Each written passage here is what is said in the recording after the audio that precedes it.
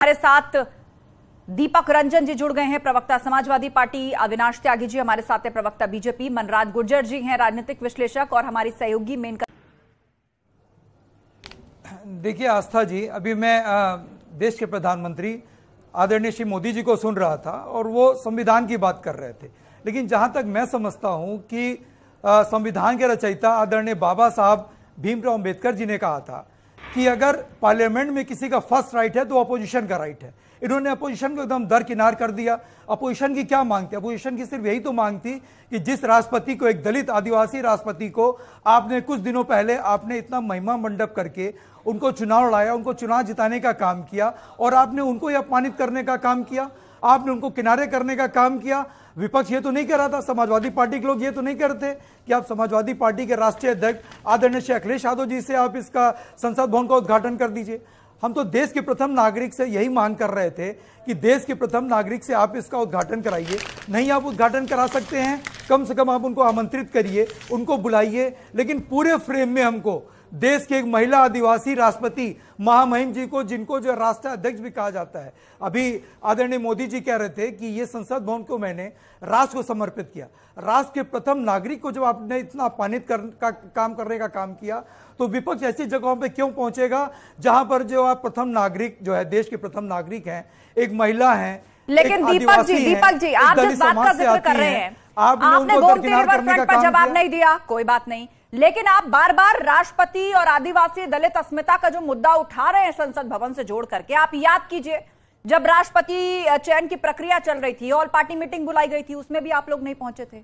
आज उन्हीं राष्ट्रपति को आधार बनाकर आप अपनी सियासत कर रहे हैं।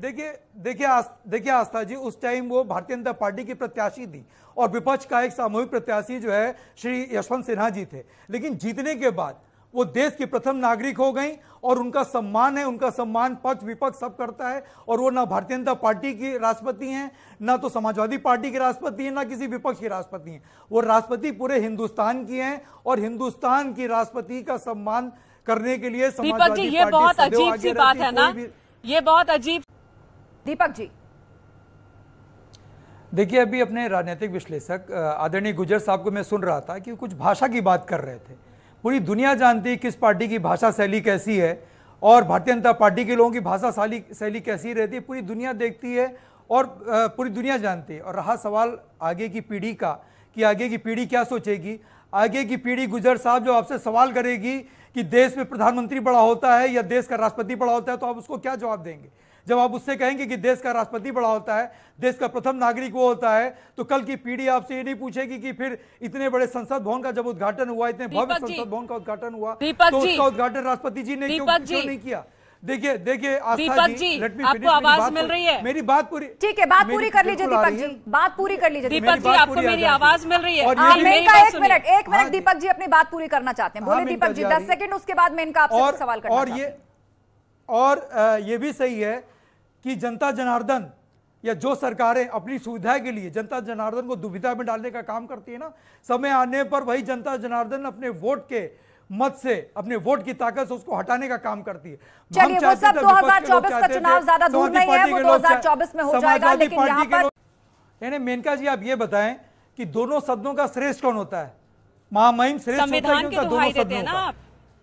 नहीं, दोनों संविधान आपको बताता है कि आर्टिकल 79, आर्टिकल 87, आर्टिकल 74 ये बताता है कि दोनों सदनों का जो श्रेष्ठ होता है वो महामहिम राष्ट्रपति होता है। लेकिन दीपक जी यही आर्टिकल लेकर सुप्रीम कोर्ट गए थे ना, आपने उनको बुलाने यही आर्टिकल लेकर सुप्रीम कोर्ट गए थे ना, सुप्रीम कोर्ट ने इनकार कर दिया। आपको बुलाना तो चाहिए। देखिए माननीय सर्वोच्च न्यायालय के आदेशों का हम पालन करते हैं, लेकिन कुछ चीजें जो नैतिकता के आधार से भी जुड़ी होती हैं। जब आपने इनका नाम सर्वोच्च न्यायालय ने कह दिया जो आर्टिकल आप गिना रहे हैं वो यहाँ लागू ही नहीं होता।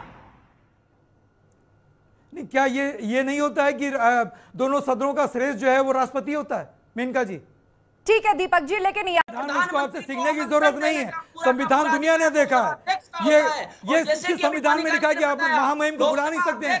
ये किस संविधान में लिखा है कि आप शिलान्यास में भी नहीं बुला सकते? किस संविधान में लिखा है?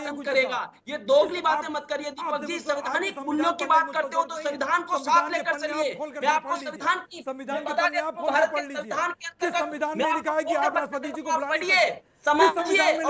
ठीक है, यहाँ पर इस तरह से नहीं, बहस इस तरह से नहीं हो पाएगी। आपके संविधान में लिखा है। आप दीपक जी आपसे रिक्वेस्ट है। देखिए ऐसा है ना कि ये इन्होंने पूरी तरीके से इसको पॉलिटिकल माइलेज लेने के लिए इन्होंने किया है इसका, और ये पूरी तरीके से पॉलिटिकल सेरेमनी मना रही है उसको। और विपक्ष की जो मांग थी, विपक्ष यही तो मांग थी कि आप महामहिम राष्ट्रपति को क्यों नहीं बुला रहे हैं। अगर देश के प्रथम नागरिक के सम्मान में अगर समाजवादी पार्टी खड़ी है तो समाजवादी पार्टी क्या बुरा कर रही है? ठीक है दीपक जी, लेकिन दीपक रंजन जी से इस बात का जवाब ले लेते हैं। दीपक रंजन जी, राजनीतिक विश्लेषक भी यही मान रहे हैं कि इस बात का मैसेज बहुत गलत गया है जनता के बीच में। आज विपक्षी दल वहां पर नहीं थे, और जब बार बार आप जनता के बीच में जाकर नहीं कहेंगे राष्ट्रपति ने नहीं बुलाया, राष्ट्रपति ने नहीं बुलाया, तो जनता इसका जवाब देगी, क्योंकि राजनीतिक विश्लेषक ये कह रहे हैं ये सब कुछ मोदी विरोध में ही हो रहा है। आस्था जी, मैं बार बार जो है अपने राजनीतिक विश्लेषण श्री गुज्जर साहब से बार बार कहना चाहता हूं कि विपक्ष की गरिमा को ध्यान रखते हुए इन सब भाषाओं का कृपया करके उपयोग ना करें। जिन भाषाओं का ये उपयोग कर रहे हैं, इतने पढ़े लिखे, इतने समझदार होकर के, विपक्ष की भी एक अहमियत होती है, और जब तक विपक्ष मजबूत नहीं होगा लोकतंत्र में, तब तक सत्ता पक्ष का कोई मतलब नहीं होता।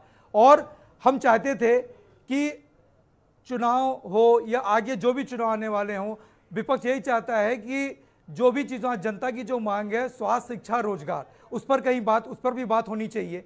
जनता को स्वास्थ्य, शिक्षा, रोजगार की इस टाइम जरूरत है। महंगाई इस टाइम चरम पे है, बेरोजगारी इस टाइम चरम पे है। अगर इन्होंने इतना भव्य संसद भवन बनाया था तो साथ ही साथ एक ऐसा अस्पताल भी बनाते, और अंग्रेजों के जमाने के बहुत से ऐसे, जैसे लखनऊ में आपका मेडिकल यूनिवर्सिटी, वो भी अंग्रेजों के जमाने का बनाया हुआ है, तो क्या उसके कंपैरिजन में उससे बड़ा कोई मेडिकल यूनिवर्सिटी इन्होंने उत्तर प्रदेश में बनाने का काम किया? पिछले 6 साल के उससे उत्तर प्रदेश में इनकी सरकार है। चलिए